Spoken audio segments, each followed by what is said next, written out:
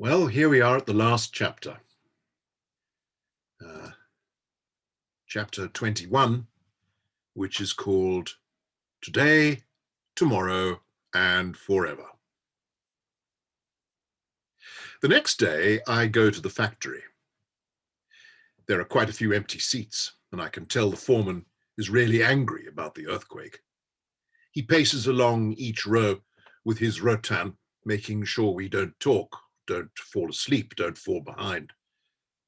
But he leaves me alone. He stares at me a lot, just like everyone else, but he doesn't shout at me once. I think maybe he read the newspaper this morning. All the papers are full of stories about how one of Indonesia's most wanted criminals was found dead with one of Jakarta's most notorious landlords next to a half-empty container truck.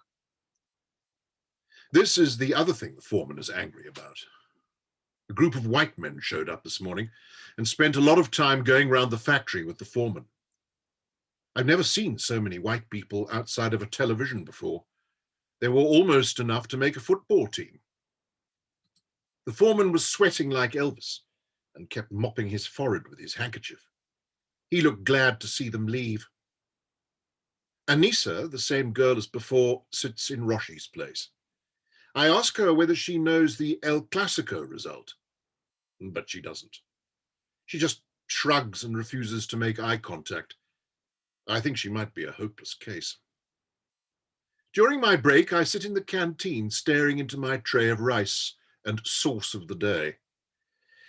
It's the same sauce every day. It never changes. I scrape the grey rice into little piles and move them around the tray. No one sits at my table. They just glance over and whisper to each other. And when the buzzer goes, I head back to my station with an empty stomach and make some more football boots.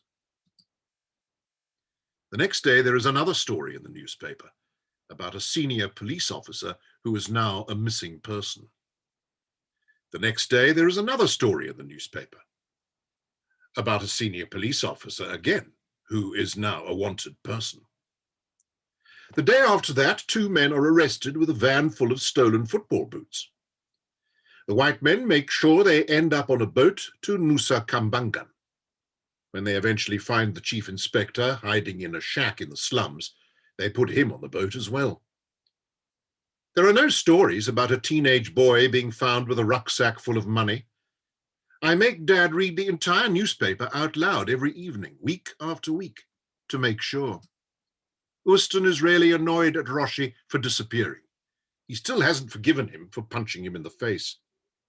If he ever shows his face in this square again, I'll knock him out, he says. Well, it's not technically a square, I say. It's a quadrilateral quadrangle. Do you want to punch as well? He curls his right hand into a fist and waves it in my face. Come on, I say, let's play. Now that Roshi is gone, I have to play 2-on-1 against Ustan and Wadodo. We pretend I've had a player sent off. I don't mind. It means I have to work harder. It's what all the professional players do. If you can win when you're outnumbered, then one day you'll be a champion. That's a fact. So long as you don't forget how to pass the ball. When Fakri, Ustan and Wadodo aren't around, I practice kick-ups. Sometimes when I'm tired and bored and my legs ache and it feels as though the Bernabeu is 1,000,000 miles away instead of just 7,500, I go to the academy and watch them play through the fence. Sometimes the groundskeeper is there and we watch together. Sometimes there's no one at all. So I just close my eyes and breathe the smell of grass and feel the glare of floodlights on my face. Then I go home and practice some more. Without Roshi's television, I lose track of Real Madrid's season.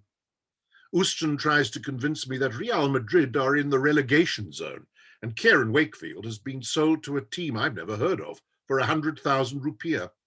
But I know he's lying. And it just makes me want to beat him even more. After a few months, it stops raining, and the factory goes from being really, really loud and really hot to really loud and really, really hot. Anissa still doesn't like football, but sometimes we talk about other things. I suppose she's not all bad.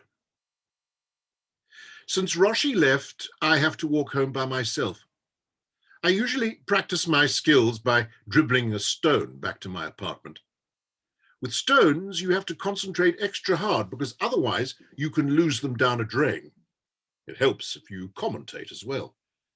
Wakefield goes past one and another. He's unstoppable, just the keeper to beat. Suddenly, a leg flicks out and drags the stone away from me.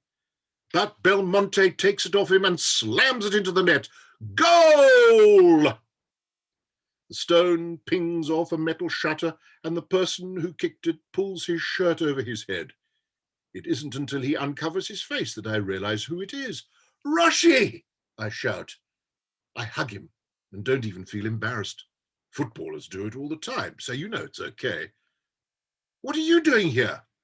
Where's your Manchester United shirt?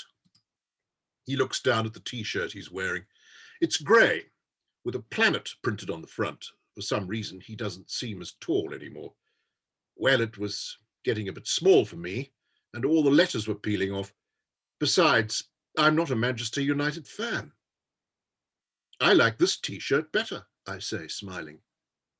You're fired, by the way, I forgot to tell you. Roshi laughs. Well, you can tell the foreman that I quit. What are you doing instead? I'm back at school, he says, and he can't keep the smile from his face. But then it falls. Did you hear that Atletico won the league? My mouth drops open. What? At least it wasn't Barca, I suppose. Roshi nods and squints into the setting sun.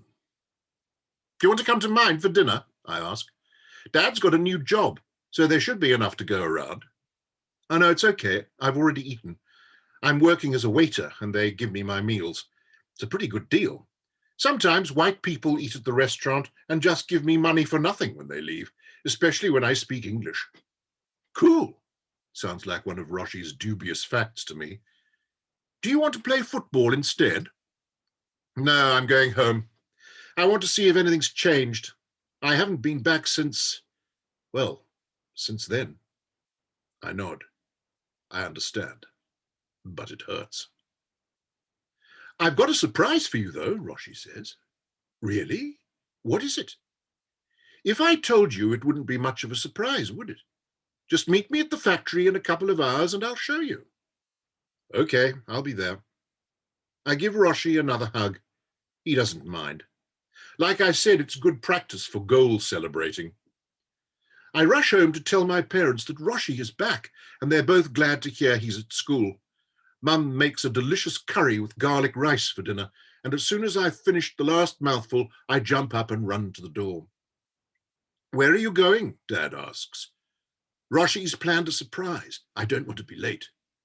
You'll get indigestion if you don't slow down, Mum says. What time are you coming back? I don't know, but I'll be careful. I'm already out the door and running down the street by the time my parents say goodbye. Within 30 seconds, I have indigestion and have to slow down to a walk. The air is warm and still, and everything about the city seems lazy. The people who are in the street look like they've got nowhere to go. A lot of buildings are still just piles of rubble. When I finally arrive at the factory, my stomach cramps have gone, and Roshi is waiting for me on the curb. Okay, he says, are you ready? I nod. Let's go. I ask him where we're going, but he won't tell me anything. We walk for a long time, mile after mile, and even though my shoes split weeks ago, they still get tighter and tighter the further we walk. Eventually, we reach roads that are clean and well marked, and Roshi asks someone for directions to a place I've never heard of.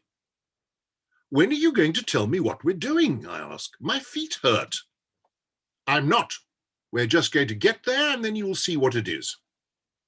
We pass big houses that are set back from the road and surrounded by smooth concrete walls. It's like the earthquake never happened. I stopped at the tall iron gates of one house, but Roshi tells me that we need to keep moving. There is a shiny car in the driveway and flowers planted in tubs by the front door. So, what are you doing at school? I ask. Are you on the space program yet? Roshi laughs. No, not exactly, but I'm learning some pretty interesting stuff. Did you know that there might be an infinite number of parallel universes? I don't even know where to start with that question. What? Some people think our universe might be just one of countless variations. There could be millions and millions of parallel universes, each one with its own reality. Why have you stopped? We need to keep moving. I stop rubbing my head and start walking again. What? Each universe is just a replica of this one, except little things are different. Different? How?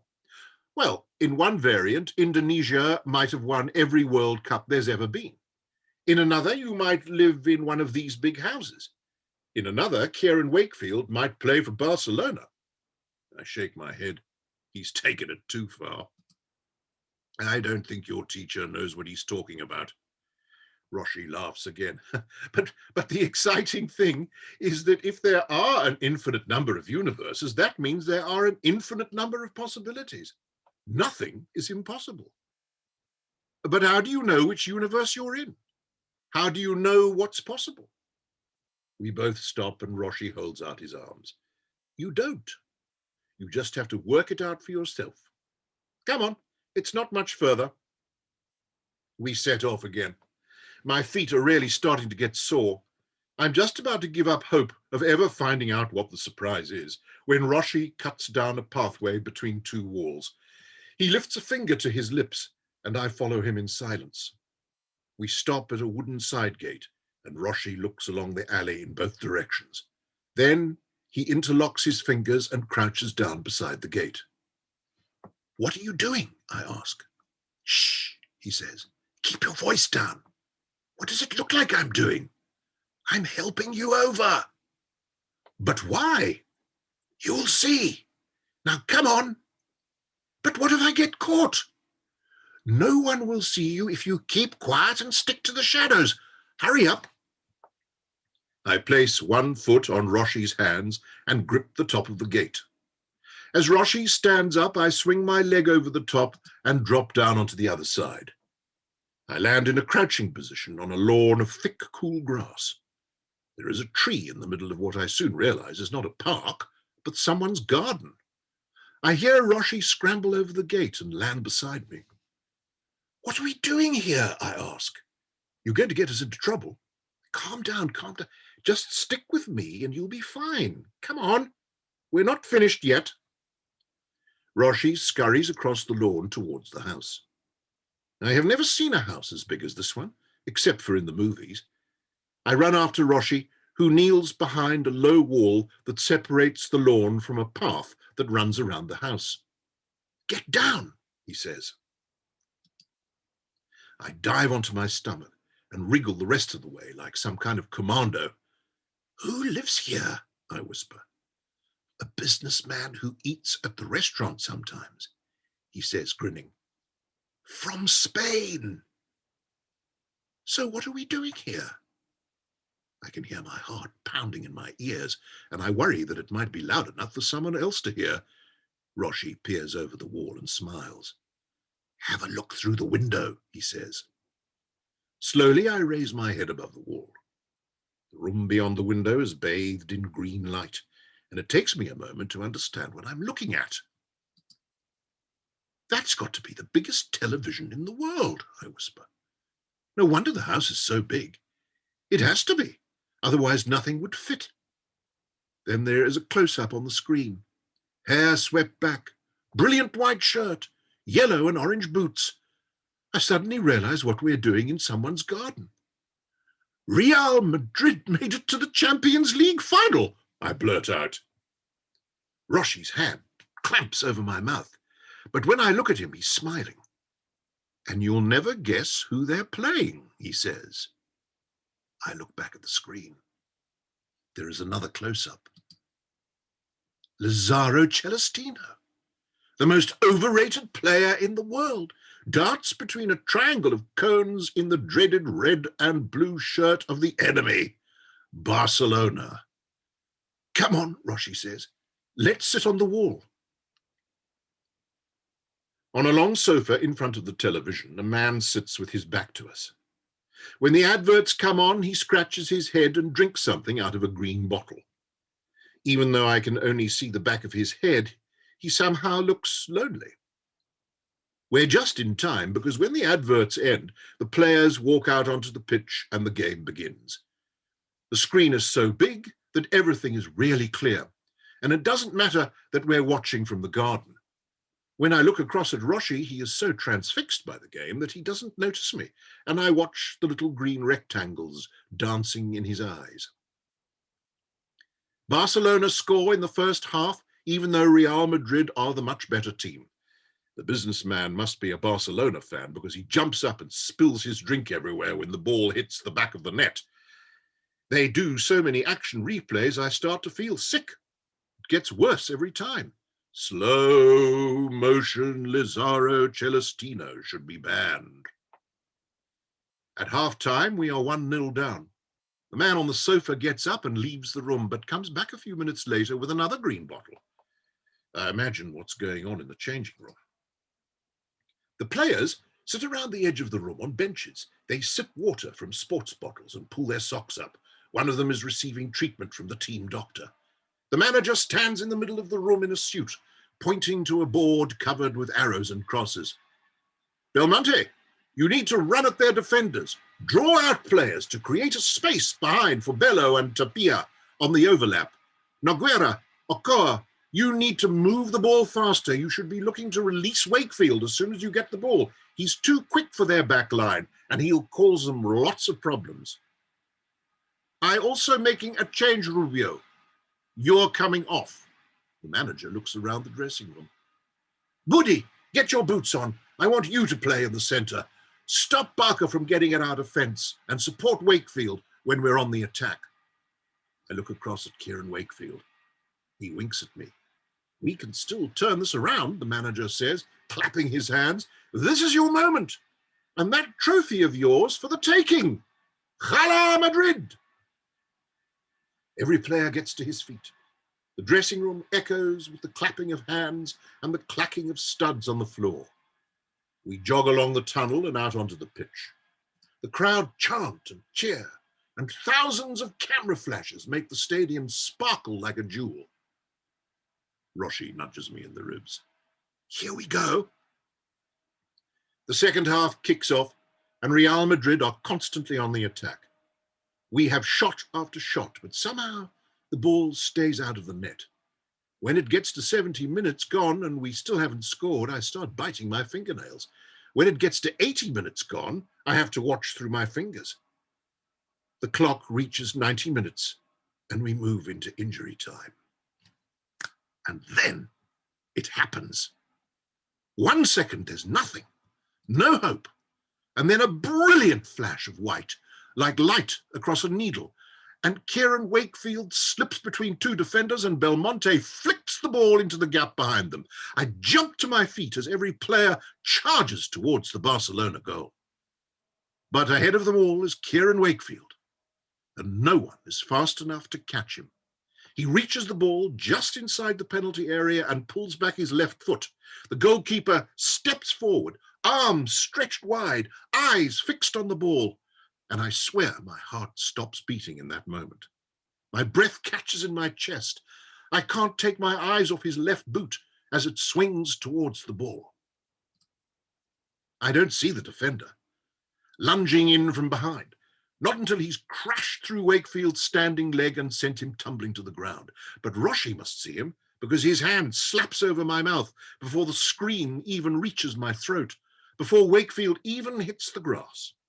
I wriggle and try and get away from him, but he won't let go. Budi, he hisses in my ear. Shut up or we'll miss what happens next. He's pointing to the spot, look. Roshi is right. The referee already has the red card in his hand as he reaches the box, and he's pointing to the penalty spot. Players from both teams surround the defender and shout and shove each other. Kieran Wakefield gets to his feet, wincing as he bends his knee, and a trickle of blood seeps into his white sock. But he's reaching for the ball in the goalkeeper's hand, and the goalkeeper gives it to him like he's handing over the Champions League trophy. It takes a long time for the rest of the players to leave the penalty area, and even longer for the sent-off defender to leave the pitch. But eventually, it's just Kieran Wakefield and the goalkeeper. With everyone gone, there is a close-up of Wakefield holding the football. He looks tired, exhausted, like he might only have one kick left in him. I reach out and put my hand against the window, but there's no tingle, no shock. It's just cold glass. Kieran Wakefield starts to blur, but I blink it away, not in front of Roshi. I know there is a universe where he equalizes, where we go on to win, but how do you think which one? And what if this isn't it? I blink it away again. But what if this isn't it? I lower myself onto the wall. My fingers leave a smudge on the glass. Kieran Wakefield steps forward and bends over the penalty spot. The camera follows the ball as he places it on the white circle of grass between his feet. Sweat drips from his fringe, and a drop of blood falls from his knee and splashes onto the toe of his left boot. But he doesn't notice. He just turns and walks to the edge of the box. Even when he stops to pull his socks up, he still doesn't notice. But the splash of red is all I can see. I look at Roshi, and I know he's seen it too. Because how could anyone not see it? How could anyone ignore it? He's got blood on his boots, I whisper. He's got blood on his boots. And I look at the 3 little scars across my fingertip, and I can taste the blood at the back of my throat. But Kieran Wakefield just puts his hands on his hips, puffs his cheeks out, and waits for the whistle. The keeper stands on his line, waving his arms like he's about to fly. With every sweep, he seems to get bigger, until his fingertips brush the posts and his head scrapes the underside of the bar. And Kieran Wakefield suddenly seems a long way out. The space between the penalty spot and the goal stretches and stretches, and to the goal is nothing more than a speck on the far side of a vast ocean. Wakefield looks small and lonely, marooned, like a little boy who can't possibly make it. The keeper is too big, the goal is too small, and the whole crowd, the whole world is against him. It's impossible. But then the camera flicks to a close-up of his face, and he's staring so hard at the ball, I realize he can't see the keeper towering up like an impossibly tall palm tree. He can't see the impassable ocean that's opening up between them. He can't see the impossible, because impossible is nothing. All he can see is the football, waiting for one final kick. And then the referee blows his whistle, and Wakefield starts his run-up, and Roshi holds my hand. It's now or never. And I know, I just know, it's now. Well, that's the end of the story and the book Kick, written by Mitch Johnson. I'm going to record in another chapter the closing afterword in this story, which is all about Mitch Johnson and his work.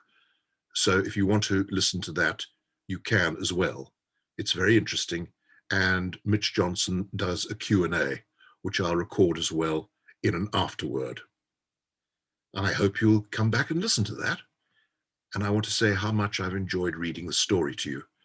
And I hope you've enjoyed it too. It's been great meeting you, even though I can't see you.